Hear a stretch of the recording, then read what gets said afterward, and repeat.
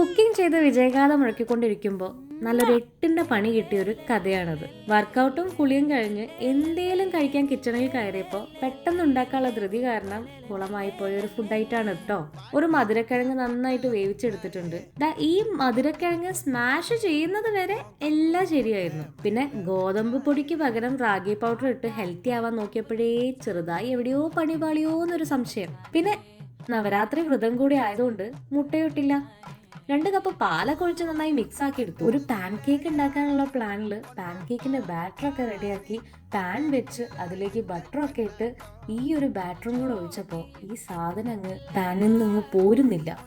കുറേ ഞാൻ തിരിച്ചും മറിച്ചൊക്കെ നോക്കി 2 പാൻ കേക്ക് കുളമായിപ്പോയി. അപ്പോൾ ഇനിയും ബാറ്റർ കളയാനില്ലാത്തത് കൊണ്ടും നല്ല വിശപ്പുള്ളതുകൊണ്ടും ഒരു പാത്രം വേഗം എടുത്ത് അതിലേക്ക് ഈ ബാറ്ററെല്ലാം ഒഴിച്ച് നന്നായിട്ടൊന്ന് കുറുക്കിയെടുത്ത് അതിലേക്ക് ഒരു 2 ഏലക്ക പൊടിച്ചതും കൂടെ ചേർത്ത് പിന്നെ അവസാനം മധുരത്തിന് ആവശ്യമായിട്ട് കുറച്ച് ഹണിയും പിന്നെ കുറച്ച് കപ്പലണ്ടിയും കൂടെ ഇട്ട് കഴിച്ചു നോക്കി. സാധനം തട്ടിക്കൂട്ടാണെങ്കിലും സംഭവം അടിപൊളിയായിരുന്നു കേട്ടോ. അപ്പോൾ ഇന്നത്തേക്ക് ഇത്രയുള്ളൂ. നാളെ കാണാം. ബൈ.